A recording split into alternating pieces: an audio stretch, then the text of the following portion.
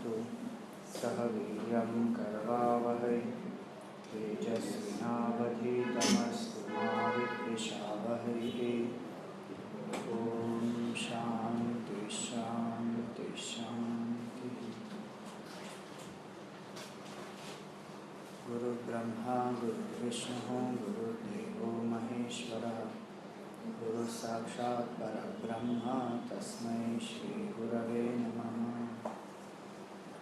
समस्तजनकल्याणे निरतं करुणामयं नमामि चिन्मयं देवं सद्गुरुं ब्रह्मविद्वरम्।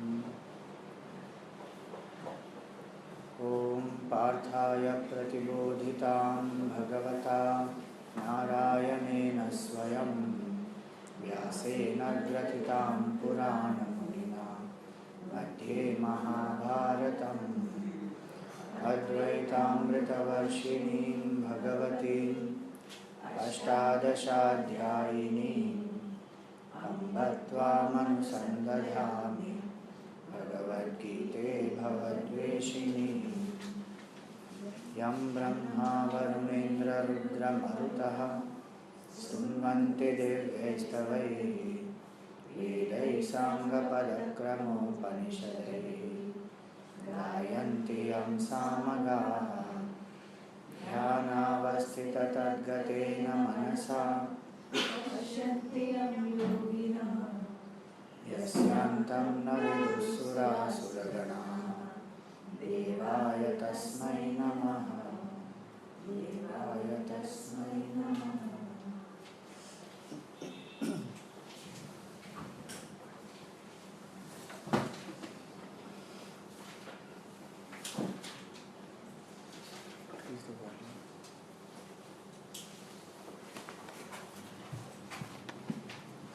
So we are on this 10th chapter of the Gita.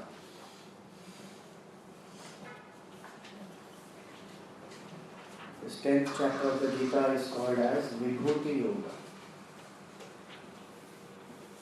We have seen earlier that the second part of the Gita is a chapter from chapter 7 to 12. It speaks about Bhakti. Predominantly these 6 chapters speak about Bhakti. And so in this 10th chapter, which is Vibhuti Yoga, Bhuti means a way of being. And Vibhuti means a special way of being.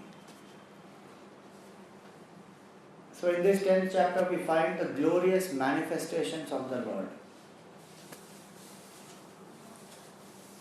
See, when we say God is all pervasive, very abstract for us to connect.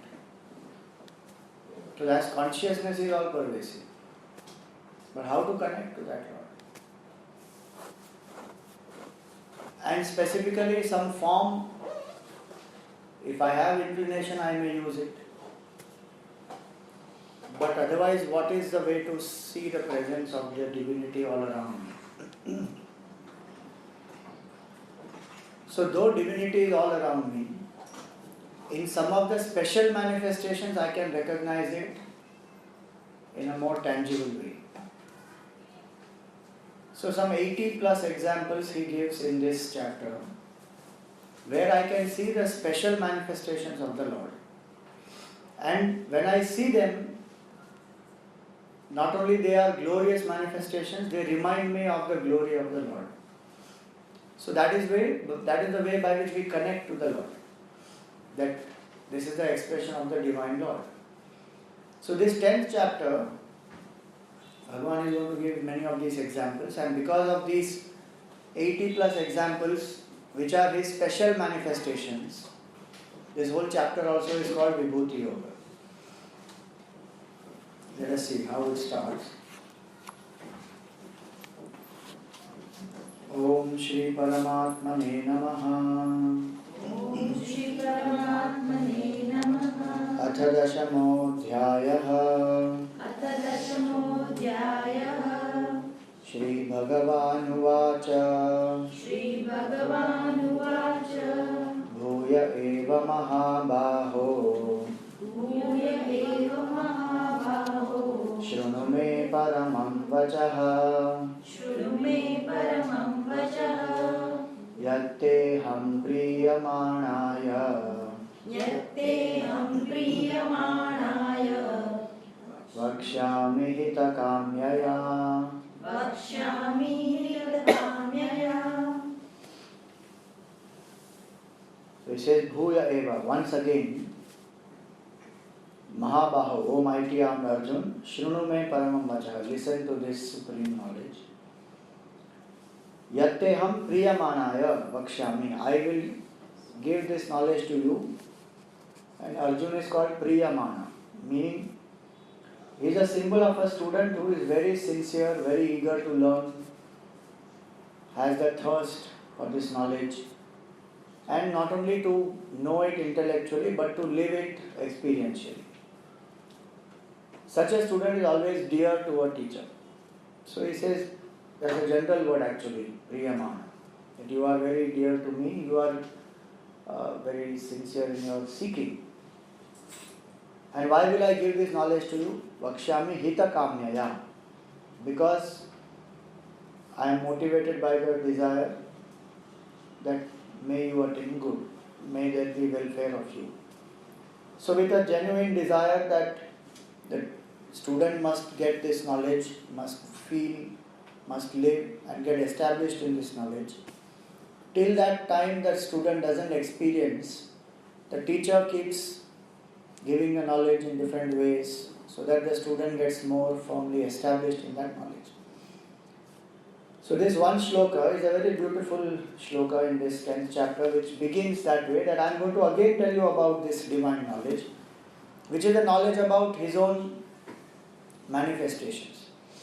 See, first 6 chapters he gave the path of karma. So how through action, when we surrender the ego, when we give up the dependency on the result, the mind becomes quiet and you contemplate and you know the truth. So that's the path of karma.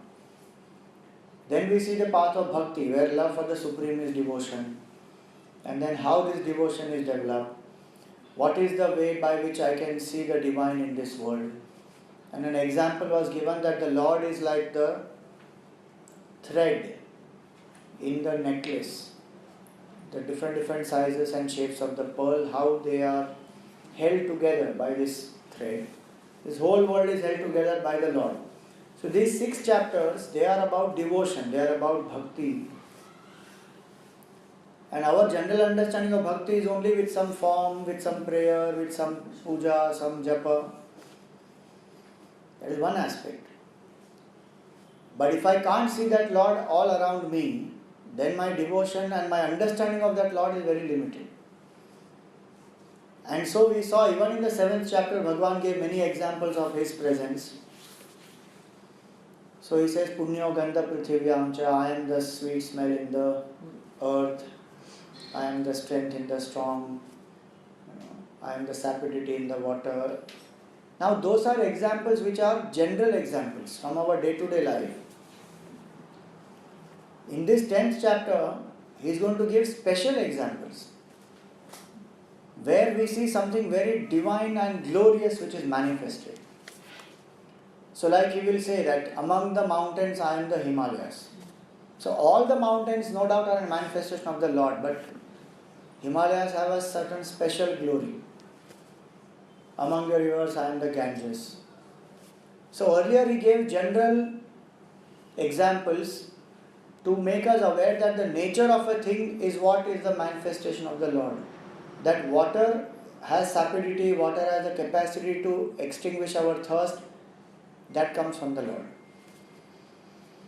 The fire in the sun or the heat in the sun, the coolness of the moon, all that comes from the Lord. Now the example which he is going to give, they are all the divine glories which are special manifestation, which leave us with a sense of wonder, with a sense of awe. And hence this is the whole chapter is a Vibhuti Yoga. So now, before he explains this Vibhutis, he sets a little bit of background. So in the second verse he says that this glory of the Lord is not even understood by Devatas and the great Rishis. Why? Because he is the very cause of the whole universe. So he says, Aham Adirhi Devana Maharshinam cha Sarvasha. It is not at all easy to comprehend the divinity all around.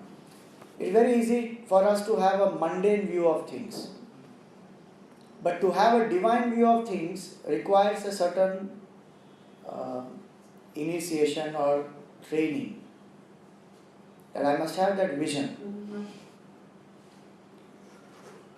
For example, for somebody else, our flag is just a piece of cloth with some 3 colors and 1 circle in between. But for us it is symbol of our country. That will invoke devotion and patriotism in our heart for the country.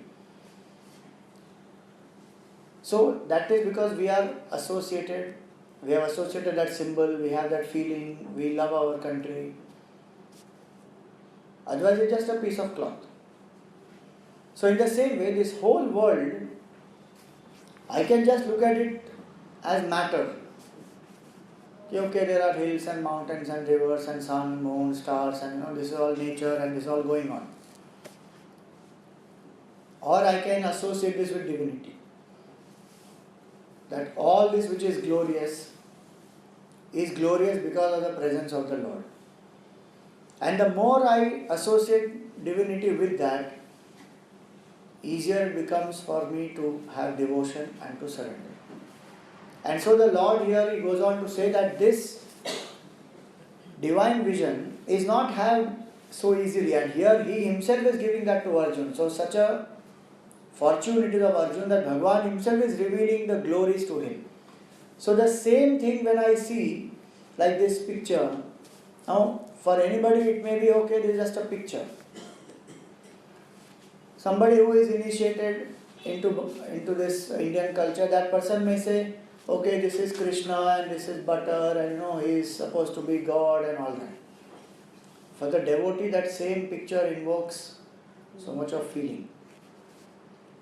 That all depends on my vision. And that vision will generate that bhavana. So to be able to see something mundane as it is and to treat it as mundane, there is nothing great in that. And if we may go around saying, we are very intellectual, we are very scientific minded and we know this is made of atom, neutron, proton, electron, all that. But what does that do to me? It doesn't bring about surrender, it doesn't bring about devotion, it doesn't bring about any association with anything higher. And hence the vision is very, very important. That how do I have this vision of the divinity all around me? Because that is a fact. It is not something which we are imagining. And why are we saying it is a fact? Because we have seen earlier, Bhagavan said that he is the very source of this whole creation. So if the cause is divine, then the effect that manifests from it also is divine. So those who understand this very clearly, that the source of creation is not inert matter, but the source of creation is that which is pure consciousness, that which is divine. And divinity alone pervades everything. To be able to have that vision is what this chapter is about. And so Bhagavan says here that not even Devtas and Rishis who are subtler beings, not even they are able to comprehend, because they all are creatures. All of us are creatures. We are the effects. For the effect to understand the cause is not easy. But the beauty of devotion is it makes that easy. Otherwise, cause is always subtler and effect is always grosser. For the created or the creature to understand who is the creator and how creator is all around is very subtle. And so Bhagavan says here that not even they know it, because I am the very source of everyone and everything. Like for the bulb, to know the source, that electricity is that which is enlivening me, is very difficult. Or for us, for thoughts to comprehend the truth within, very tough, because thoughts are enlivened by consciousness. How will thoughts ever know that consciousness? But here, that very consciousness is manifested in front of Arjuna as Krishna, and he is guiding him to that. So very, very lucky that Krishna is. And he goes on to say First he goes on to enumerate his subtle manifestations in each individual's heart. So verse number 4, 5, he speaks about all these qualities.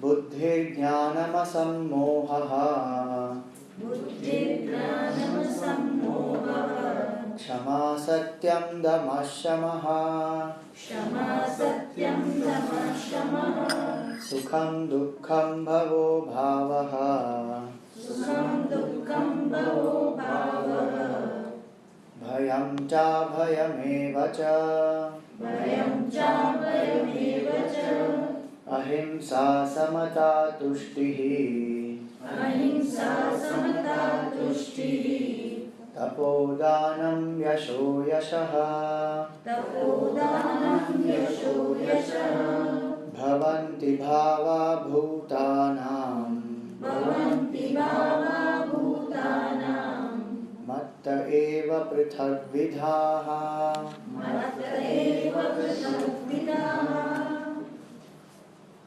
So he just enumerates Buddhi, that is the intellect, Jnanam, the knowledge in the intellect, Asammoha, clarity in the intellect.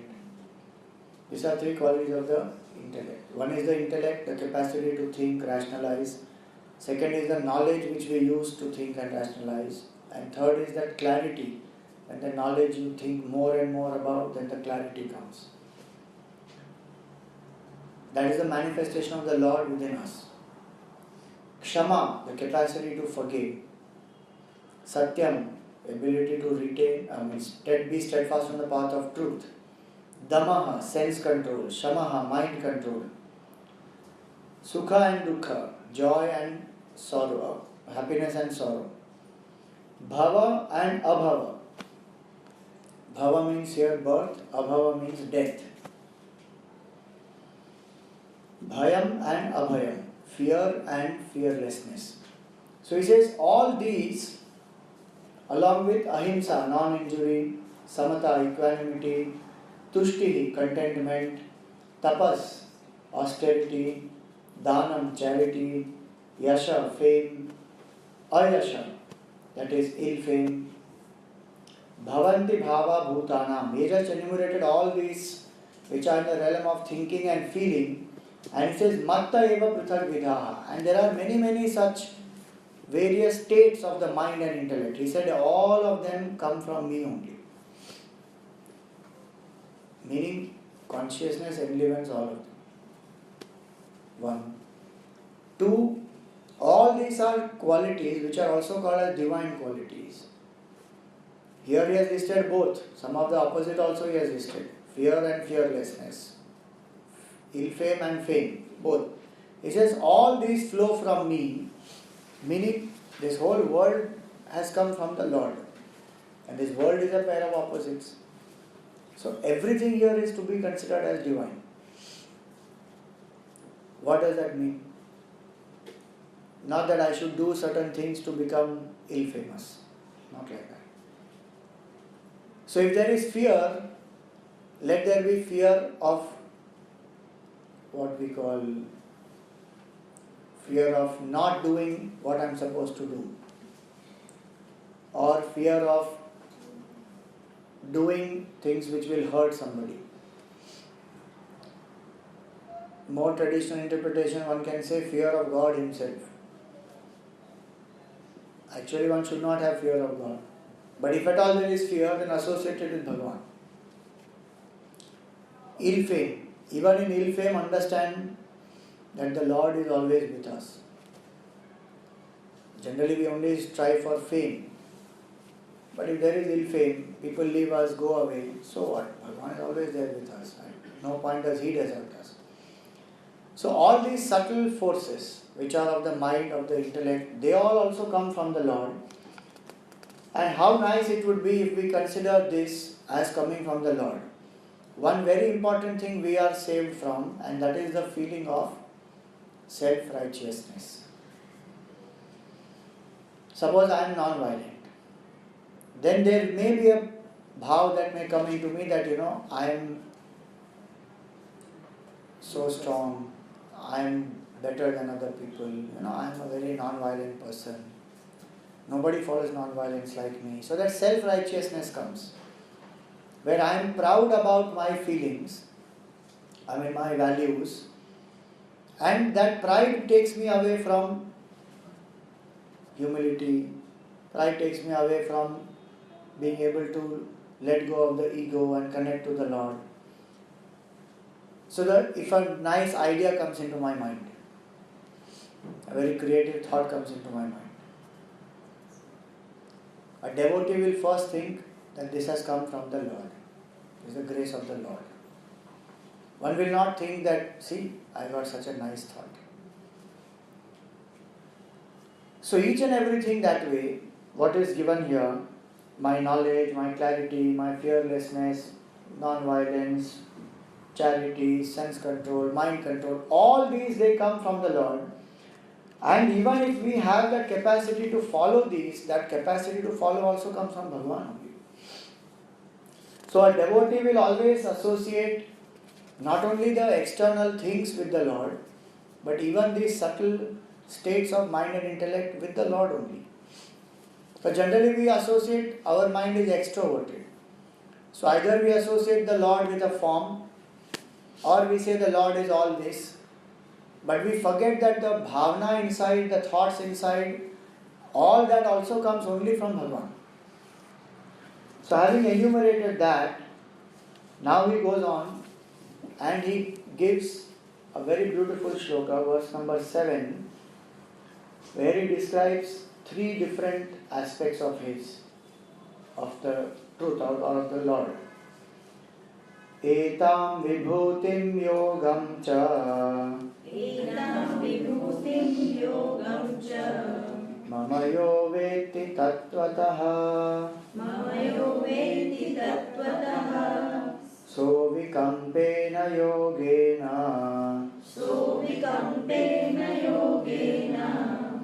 yujyate natra samshayaha. yujyate natra samshayah. So he says etam. Now he is going to speak about these. What are these 3 aspects? Vibhuti, yoga and tattva. So in this darshan of Bhagavan, these 3 are very important.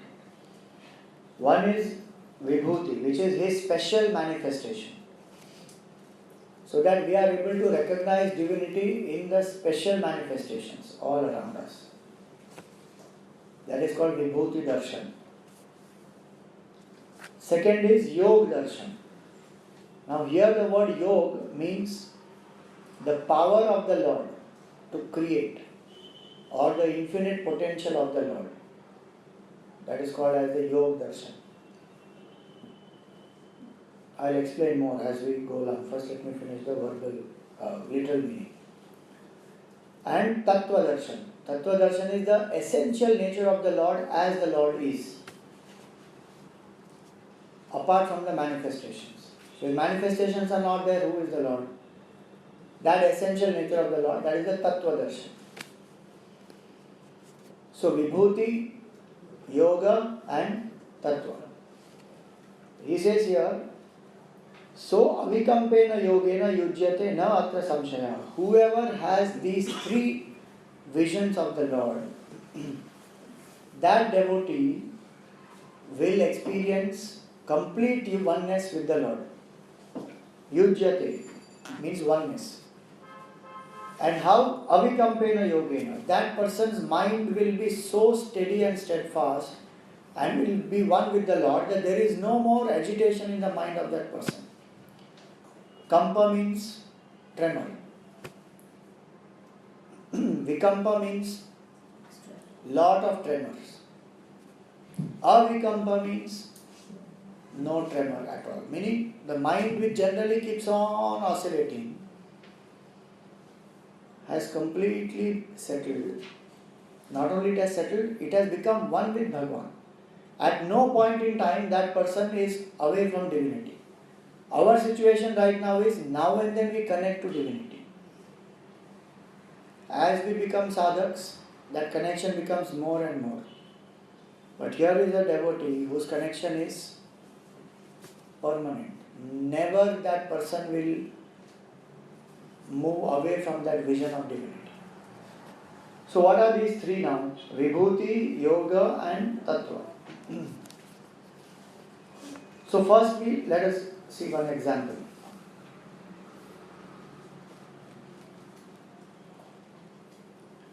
So this water is there. So the essential nature of water is sapidity. So that is called as the Tattva. Then what is the Yoga? The capacity or the potential in that water to flow, to purify, to quench the thirst. All that potential is there in the water. That is the Yoga. And then what is the Vibhuti? This water becomes what they call this one. They give that. Forget what it is called. This much big glass they will give you that water. There's some juice type of a thing. There's a name for it. No? Huh? Different things they put in that. Vitamin water. Not vitamin water. It's like a juice. It's like a cold drink when you mocktail. Mocktail. I don't drink while I'm cold in any case, but I keep seeing, and so doesn't register. The name doesn't register. Some tail you remember, which tail you don't know. Cocktail, mocktail, some tail they keep saying. That is the vibhuti of water. Special manifestation of water. So it's the same water. Tattva is water by itself without any qualities, no properties, nothing. That's the tattva. Then the potential of that tattva is that it can flow, it can quench the thirst, and it can, cleanse you, it can make you feel cool. That's all the potential in that water. And then the special manifestation is a vibhuti in terms of a juice or a cocktail or a whatever that. This applies for everything. So I as an individual, you as an individual. So that is our nature, tattva, as we are. Then there is a potential in all of us. So somebody has a potential to sing, somebody has a potential to talk, to draw, to paint, whatever. There's a potential. And when that potential is manifesting specially in terms of some creation, then that is my vibhuti. So here in this world, all the three a devotee will experience. That what is the essential nature of Bhagavan is pure consciousness, where there is no name, no form, no attributes, infinite nature of existence, consciousness and bliss. That each and everything here, the existence in that thing is borrowed from the Lord. Without that, the thing won't exist only. That is the tattva. Then the potential is the yoga shakti. Now in the Lord, what is the potential? Infinite is the potential. Everything is there in that Bhagavan. And this whole world has manifested from the Lord. All the powers which are there in this world, sattva, rajas, tamas, ichha shakti, kriya shakti, jnana shakti, all these powers are also from the Lord. So that is the yoga power of the Lord, the power to create, the power to sustain, the power to destroy. That's the yoga, which is as Ishvara. And then as this universe, in this universe there are these special manifestations. So whenever the devotee thinks of the Lord, whenever the devotee sees any of these special manifestations, he thinks of the Lord. So any devotee who has understood all the three has had complete vision of the Lord. There are some who have either only. There are some people who will only see the manifestation, but they don't know the tattva. So they will only say, Krishna alone is God. But that's one manifestation of that infinite. A special manifestation of the infinite is Krishna avatar. where he exhibited all the powers. In Rama avatar, he exhibited a few powers. Other avatars exhibited few powers. In Krishna avatar, it is said he exhibited all his divine powers. So it is also called that, one can call that as a vibhuti of the Lord in all the avatars that he has. So that is vibhuti darshan. Then there must also be this yoga darshan, that Bhagavan is not only this form, but he is that Ishvara from where this whole creation comes. There is that cause of the whole universe.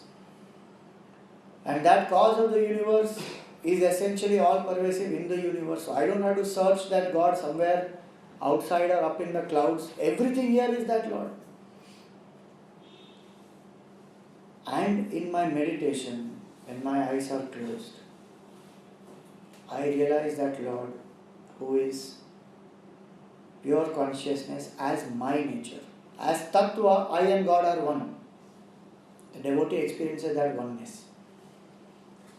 This is the vision of the Lord, complete vision. And so beautiful this concept is, because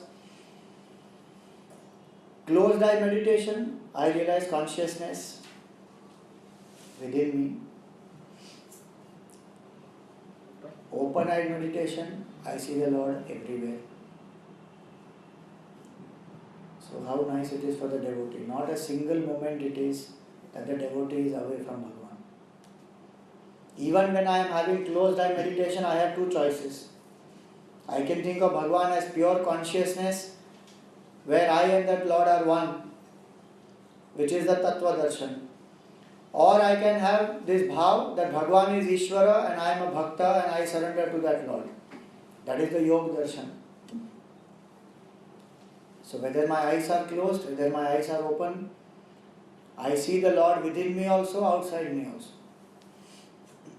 That's why that there's a great saint in South India called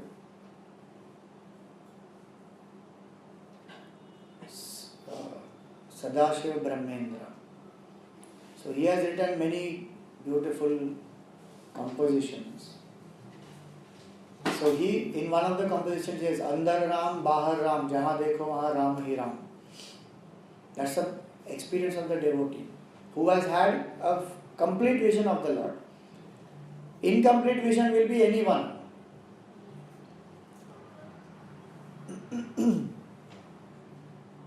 Only the seeing the Lord outside, but has not realized oneness still within. Or I am only able to see the Lord in my meditation, in my state of quietude, but outside I am not able to perceive. This understanding of the Lord as being imminent, I don't know how you pronounce it, imminent or immanent, transcendental and immanent. Immanent means all pervasive, everywhere. And transcendental means beyond this realm of change. All that which is here also is divine. Special manifestations also are the Lord's manifestation. As Ishvara, He is the very creator, and as pure consciousness, He is my very self. This is called the holistic vision of the Lord. Whichever religion has this holistic vision of the Lord will remain in harmony with the whole creation. Any religion which doesn't have any of one of this will create violence. Swamiji, like saints like Tulsidas who want to see one form of God in Ram, like you in one of the temples he went, just I would worship you figure of your Bansuri and woman. How would you say to that? That's just the bhakta, the bhav of the bhakta. That's all. It is not that he doesn't see Krishna as divine. When he went to that temple, he said that if you hold a bow and arrow, then only I will understand that you are Bhagavan. I can't accept you with only a flute. So that was his bhav there. That's all. Because he wrote in Tulsi Ramayana, he wrote so many things about that same Tulsidas ji. When they asked him, God is form or formless, he gave such a beautiful reply. What did he say? He said, Bhagavan is form in the eyes and formless in the heart.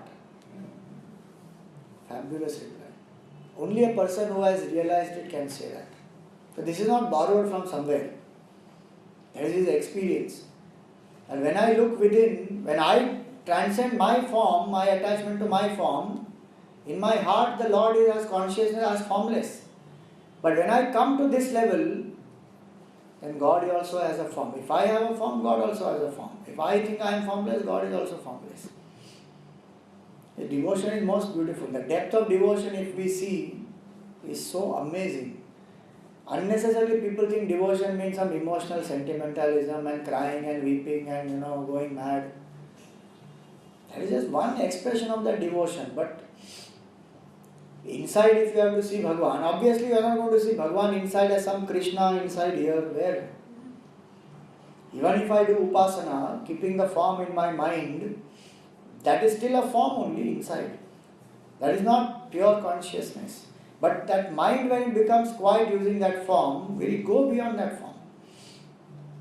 That is Tattva Darshan. Ramakrishna Paramahamsa used the form of Kali and went beyond the form, realized the consciousness. Gurudev and Vivekananda used to use Shiva, went beyond. Realized them as Chidananda Rupa Shivoham Shivoham. So this is, Bhagavan says, this vision of all the three, Tattva Darshan, Yog Darshan and Vibhuti Darshan. In this chapter specifically, he is going to speak about Vibhuti Darshan. But this Tattva Darshan and Yog Darshan and Vibhuti Darshan, these three is the complete darshan of Bhagavan. So devotion will lead me to all the three. And I must know as a devotee that did I have all these three or not. So now, let us see, what does he say? See, this Vibhuti Yoga also is very, very important because what is the human mind? When does the human mind surrender? Only when there is Mahatva Buddhi will that human mind surrender.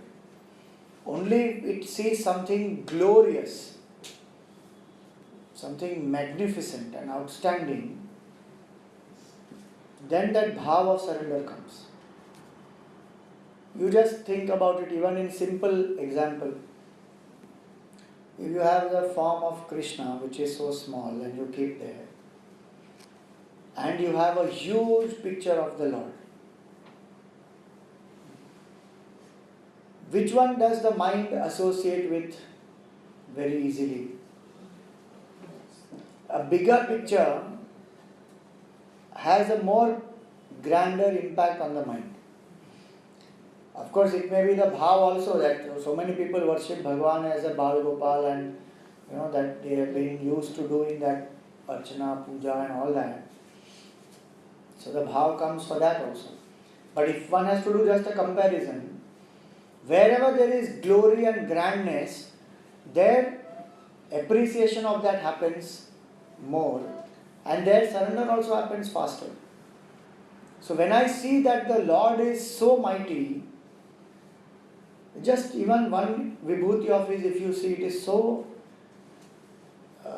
mind-boggling.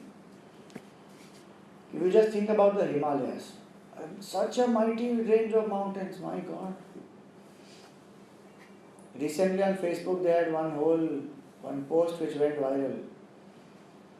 That was there, I don't know if you know, drones are there, which go like that, you can control drone.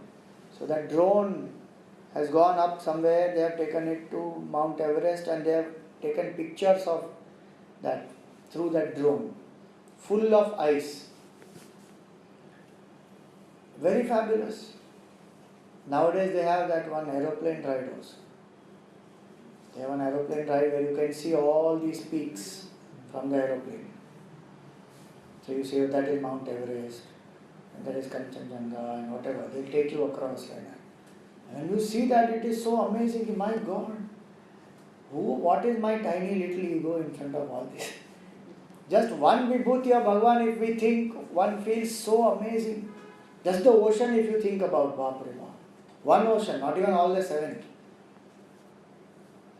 One Vibhuti of Bhagavan, if I think, and the grandness of it, and the glory of it, and the mightiness, the power, one small little ego I have, or one small achievement I have. So the bhav will come when I understand the glory of the Lord. You see, even in Arjun's case that happened. Till now he was only thinking of Bhagavan as, he is one cowherd boy. And he is from Vrindavan, and he is a son of Vasudeva and Devaki, and he is my friend, and we have played together and all that. So that bhav of surrender has not come. Now he realizes, this is Bhagavan who is standing in front of me, the creator of the whole universe. Suddenly that bhav comes. Now you will see in the 10th chapter, he will ask, with such humility he will ask. Earlier he would not have even used such words. He would have said, hey Krishna, come here. Now all that is gone. With such humility. And 11th chapter when he sees Vishwarup, then he repents. He says, I am so sorry, I called you, what all names I called you, you please forgive me. Why? Because he suddenly realized, this is Bhagavan, this is the glory. So this 8th verse, he says that, Aham sarvasya prabhavaha matta sarvam pravartate. I am the origin of all, and from me everything comes. Iti matva bhajante mam buddha bhava samanvitaha. The wise people who are the devotees, they understand me as the source of the whole creation, and with that bhav they worship me. Though they may be worshipping a form, or they may be worshipping sun or the moon or anything like that, with the bhav that this is the expression of divinity. But what do they connect that with? That he is the Ishvara from where everything comes. And that brings that bhav in them. So bhav will come when our intellect will surrender only when it finds something greater than itself to challenge. And when something grand is there, then intellect surrenders. Such devotees who have had all the 3 types of visions, and remember these 3 are for us to understand. It is not watertight compartments. That I had Tattva Darshan, but I haven't had yet Vibhuti Darshan and this Yoga Darshan. They are not watertight, but they have to make me understand the comprehensiveness. That it's not enough only to see him inside or just to see him outside. It is very necessary to have both. Because the infinity is that where nothing is excluded. No? Everything is pervaded by that which is infinite. So I must have that vision that here, inside, outside, everything is divine. Such devotees who have had that vision, what will they talk about? Actually Vibhuti Darshan is like let us say a vacation or a tour that you have gone to. So what is the latest destination that people are going? Huh? Any idea? Sometime back it was Gibraltar.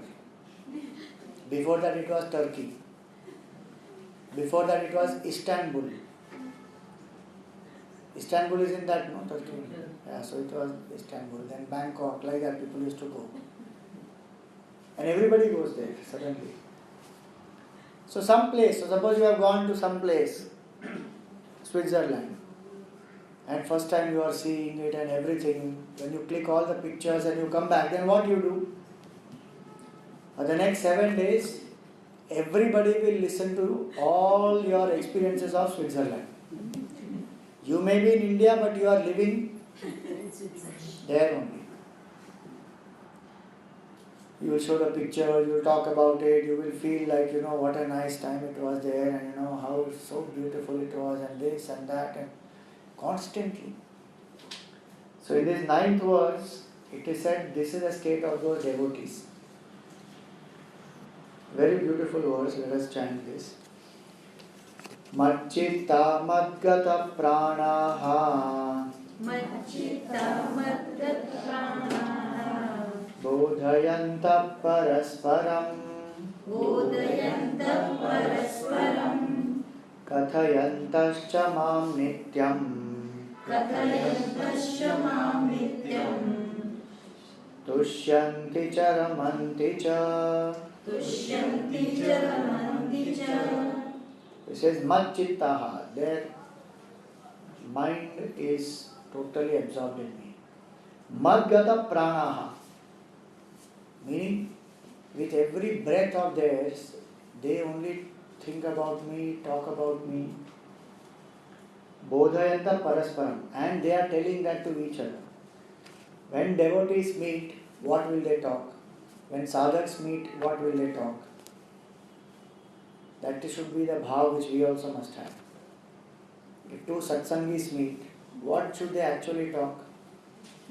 About sadhana, about Bhagavan, about Ishvara. What do we talk? Hi, what's up? Is your maid coming? That's our normal conversations. One can do, but what is the crux of the conversation? When two devotees meet parasparam, they talk about the Lord. And not only they talk, they can't stop talking because they have experienced such joy in their heart. So he says, Kathayantascha mam nityam. They talk about my kathas and not sometime, nityam, at all times. You know, great devotee, one of the greatest devotees is Ananda Mahima. What a great devotee of the Lord. One with Bhagavan actually. Very exalted state she lived in. She used to say a very nice thing. Hari katha hi katha, baki sab vyarth vyatha. And if you open the mouth, do Hari katha. Everything else is waste of time. Baki sab vyarth vyatha. Because we don't realize the preciousness of this prana that we have, the breath. We have taken that prana for granted. There is no guarantee that prana which has gone out will come back. No guarantee. Every minute here, the most precious resource anyone has is time. In that time, what all we do with it? And today people have applications to kill time. So many applications. One mosquito will be going on, one bat you will have and keep beating.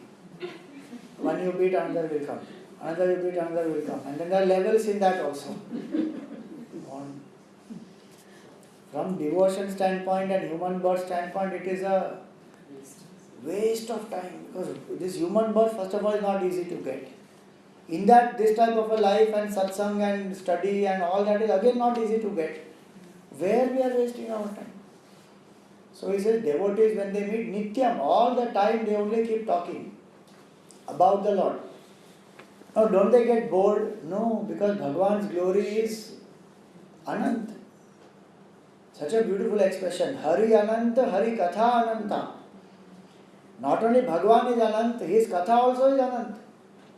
The same Ramayana, you keep reading. So many different things you can keep discovering. Same Gita, how many times Gurudev spoke on the Gita? 40 years he spoke on the Gita. Morning, evening, morning, evening. But every time some new interpretation, some completely different depth. So he says the devotees who have had this kind of a darshan, they only talk about me, they only think about me, they only narrate incidents and kathas about me. Kathayantascha mam nityam tushyanti cha ramanti cha. They feel so much contentment in that and they feel delight in that, ramanti. If you see the scriptures, Ramayana, Puran, Mahabharata, all these, so much of satsang is there, embedded through the whole story. Because that's the essence. Story is not the essence. Now see, Bhagavan Ram, I give you just one simple example. Bhagavan Ram, Sita, Lakshman, they all have gone into forest. From Ayodhya they have gone and they come to this tribal area where this Nishad Raj is there. He is a friend of Ram Bhagavan. and Ayodhya Vasis and everybody has gone. Bhagwan left them and he quietly moved out in the night and he came to the Nishad Raj. And evening, when it happens in the evening, when evening happens, then Bhagwan tells the Nishad Raj that you put this grass, kush, just spread that and we will sleep. And Nishad Raj is so pained, he said, you will sleep here? He said, yes, for 14 years now this is what I have to do. I cannot experience any kingly comforts and luxuries. I have to live as a tapasvi in the forest. Now I will sleep. Bhagwan goes to sleep. This Nishad Raj, he tells Lakshmana also, you also sleep. Lakshmana says, no. I have to serve the Lord every minute. So I will not sleep. So 14 years actually he didn't sleep. Now that Lakshman, Nishad Raj is very, very sad. He says, this Prince of Ayodhya, what is this condition? And no fault of his, and why is he like this? And he is very pained. At that time, Lakshman and Nishad Raj, they have a samvad. That is called Lakshman Gita. Beautiful conversation. How Lakshman gives satsang to the Nishad Raj and makes him aware of the higher aspects of life. Like that, Ram and Lakshman, they also have a satsang once in the forest. Lakshman asked Bhagavan about what is Maya, what is Bhakti, what is Jnana, what is Moksha. You please tell me about this. So that is Ram Gita. Shabari also has satsang. Vibhishan has satsang. Continuously, satsang is there throughout. Because only the devotees, when they meet, they will talk only that. Vibhishan and Hanumanji, they met in Lanka first time. And what did they talk? Satsang. He told him about Ram Bhagavan. He told him to surrender. Vibhishan, go and surrender to Bhagavan Ram. And just as a passing mention, Hanumanji was told by Vibhishan that if you are searching for Sita, she is in Ashok Vatika. Only one line, nothing more than that. They don't sit and gossip, Ravan, what a dushta he is. Why did he do this? Does he not have akal? I don't know who is this Ram Bhagavan. He doesn't know the power. You know, I know. How to make this Ravan know? I keep giving him advice, but he doesn't listen to me, I tell you. Nothing. They just did satsang. But that's what the devotees will do when they meet.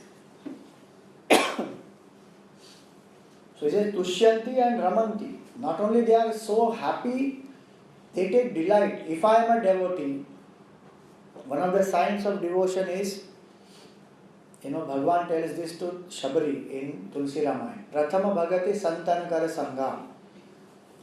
First step of devotion is do satsang. If you want devotion to rise in the heart, keep doing satsang.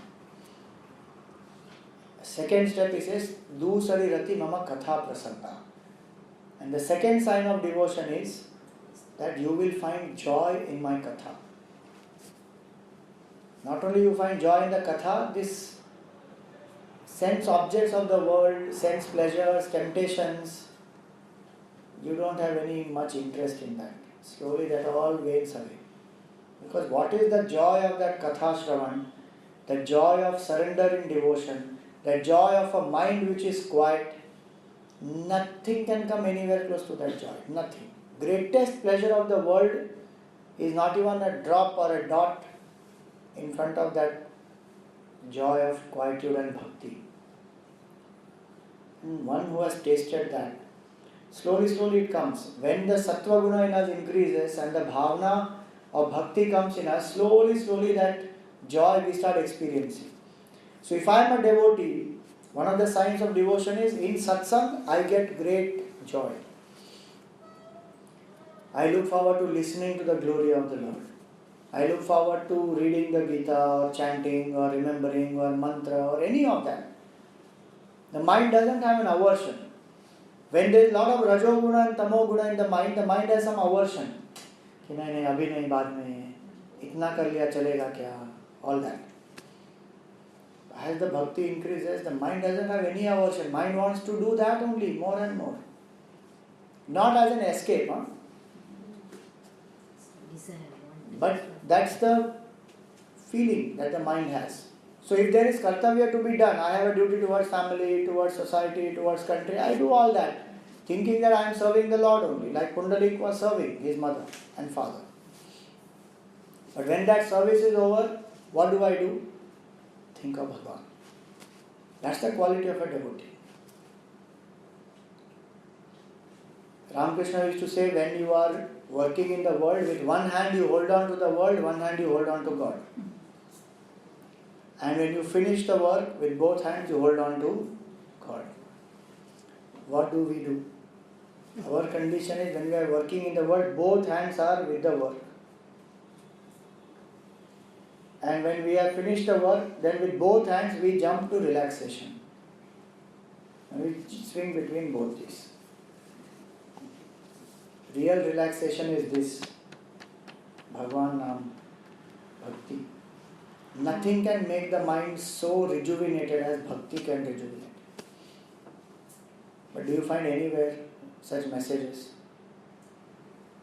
Refresh yourself through Bhakti. Nowhere.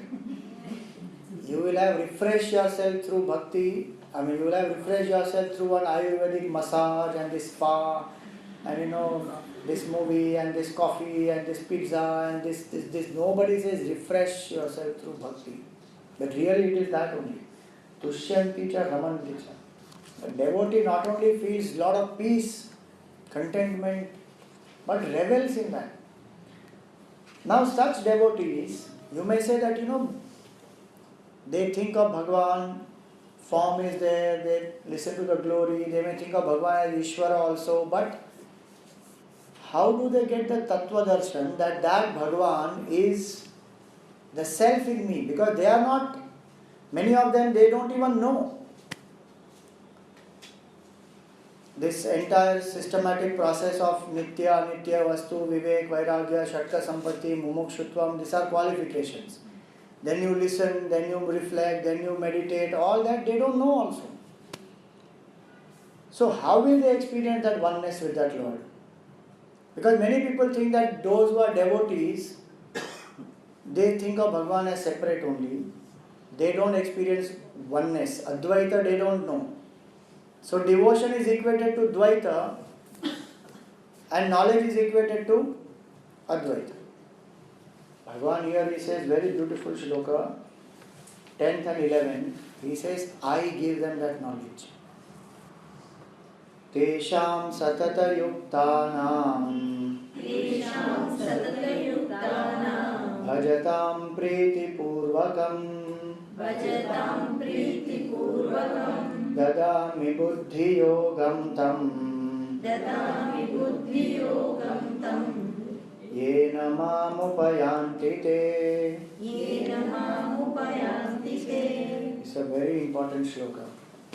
He says, Tesham satata yuktanam, such devotees who are constantly united with me, meaning they keep thinking about me as a form, as an avatar, as Ishvara, they keep thinking about my leelas, glories, all that.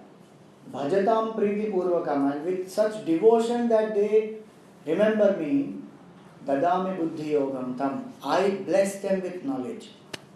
Yena mam upayanti te, by which they have that tattva darshan. They will realize that I am the consciousness in their own heart. I am not just the form outside or the Ishvara who created the whole world, but I am that consciousness in their own heart.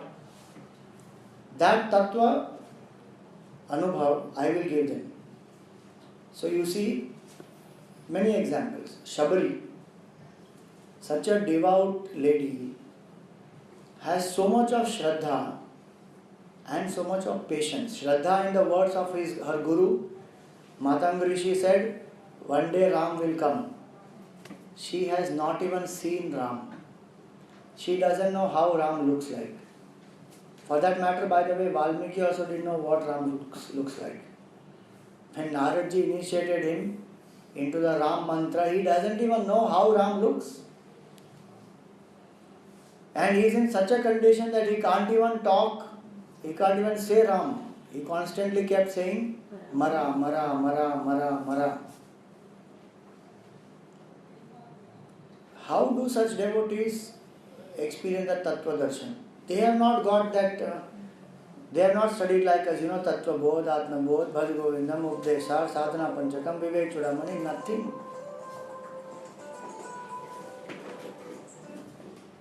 How do they experience life? The Lord says, I give them that knowledge. So Shabari heard about this from her guru, and her guru left the body, saying, you wait here. One day Ram will come. And every day she used to clean the place.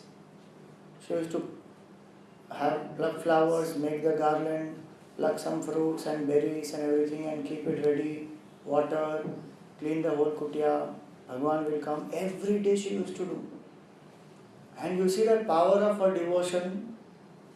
Tulsidas ji says that when Bhagwan killed Kaband and he was walking in the forest, he says, Shabari ke ashram pagdhara. He says, to Bhagwan's feet automatically turned and he was moving towards the ashram of Shabari. And that Shabari did not take a moment to realize that this is Ram. Imagine. There may be so many people coming and going in the forest, but not a single hesitation in her mind that is this Ram. She just knew that this is Bhagwan. And Bhagwan came and gave her that knowledge, and that Shabari meditated on Bhagwan as pure consciousness, merged with Bhagwan even before she dropped her body. Even the wife of Vali, Tara, she also surrendered to Bhagwan. Bhagwan gave her also knowledge, got liberated. This is Arjun also. Arjun also doesn't know who is Bhagwan in his true nature. He is thinking he is some cowherd boy.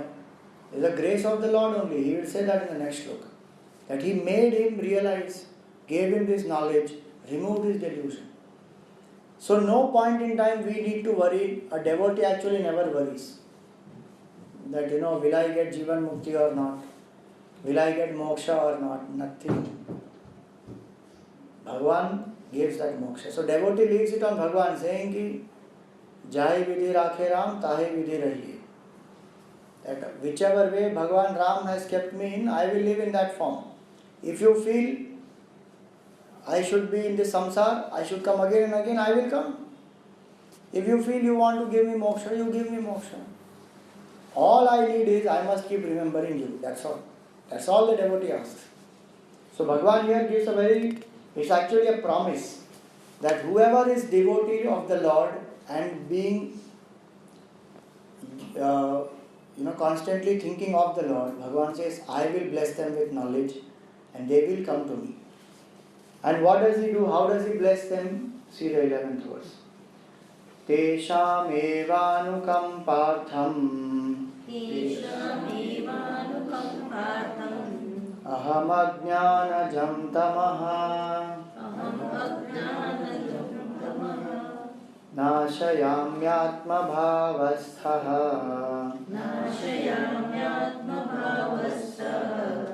jnanadipena bhasvata. It says tesham eva anukampartham. Suppose somebody asks, why are you doing this, Bhagwan? He says, only out of anukampa, means out of my compassion. Nice two words are used. Anukampa means compassion and avikampa means tremorless. Beautiful connection is there. If the mind becomes avikampa, mind becomes quiet, anukampa of the Lord manifests in such a mind. It's like opening the door. Sunlight is everywhere. If I open this window, it will come in. So the mind which becomes quiet opens itself up to the grace of the Lord, which is always there, but I just didn't realize it. So, when we say mind quiet, it doesn't mean thoughtless mind. It means all those thoughts about I have become quiet. Then what is there? Thoughts about Bhagwan are there. What he said earlier, no? Machita, Madgata, Prana, Bodhayanta, Parasparam. only thinking of Bhagavan, and in that one is lost. One has forgotten everything else. Sometimes these devotees are such that they don't even bother about their body. They keep doing katha, they keep talking about the glory of the Lord, they forget hunger, thirst, all that. So many examples of saints who are like that. In this, our Gujarat, there was one saint called Jalaram Baba. Such a great master, Virpur Gam. From childhood, thinking of Bhagavan only. He will not bother about food and this and that. And he was so devoted to Bhagavan that nobody who ever came to him went without food. And even today they follow that. In that Jalaram Bapa's ashram, they go on doing Annadan. Keeps on happening. Because their mind is like that. So exalted they live in that state. The mind doesn't come down to body level. Exalted they remain in that. So Bhagavan says such people, they open themselves up to that compassion of the Lord. And what does Bhagavan do? Ajnanajam tamaha. That ignorance which is a veil, which is what separates me from the Lord, that veil is destroyed. Nashayami aham atma bhavasthaha. I, who am in their own heart, jnana dipena bhasvata. So it doesn't happen from outside, it happens from within. That the Lord who is in my own heart just removes that veil of ignorance which was creating that difference, which was making me feel that I am different, God is different. And when that veil of ignorance is gone, that devotee realizes, oh, that Lord is in me, in my own heart, and actually my essential nature is one with that Lord. So the knowledge is an intuitive knowledge. It doesn't come from outside. Outside Upadesh can be given, like Arjun was given Upadesh. Sabri was given Upadesh, Tara was given Upadesh, Vibhishan was given Upadesh. So Upadesh is given outside. But that intuitive understanding of that oneness and the destruction of that ignorance happens inside. It's experience. For the lack of better word or limitation of vocabulary, we say experience. But it's an intuitive realization of oneness with the Lord. It is like a simple example. So if there is a room which is dark, and you are searching a radium ball, there is so many things which are there, and you keep searching. How will you find the radium ball? Something which is covering that, the moment that covering goes away, that radium ball shines by itself. Why? Because the nature of that radium ball is, it is to shine. Same way the nature of the Lord within is to illumine, to shine. My desires, my attachment, they all are overpowering it and veiling it. Now all that is gone. So very thin layer of just ignorance is there that I don't know. All other things are gone. That veil goes away. By grace of the Lord. That's the last step in one's sadhana, which doesn't happen by one's effort. It will happen only by grace. I can bring myself to that state where I let go of the ego, I think of the Lord, I lose myself in thinking about Him. The last stage of complete merger and oneness happens by only grace factor, nothing else. That Ishvara removes that veil. Because He is in one's own heart. So this is a very beautiful assurance Bhagavan gives that every devotee will experience the Tattva Darshan. So don't worry whether you have studied Vedanta, not studied Vedanta, all that.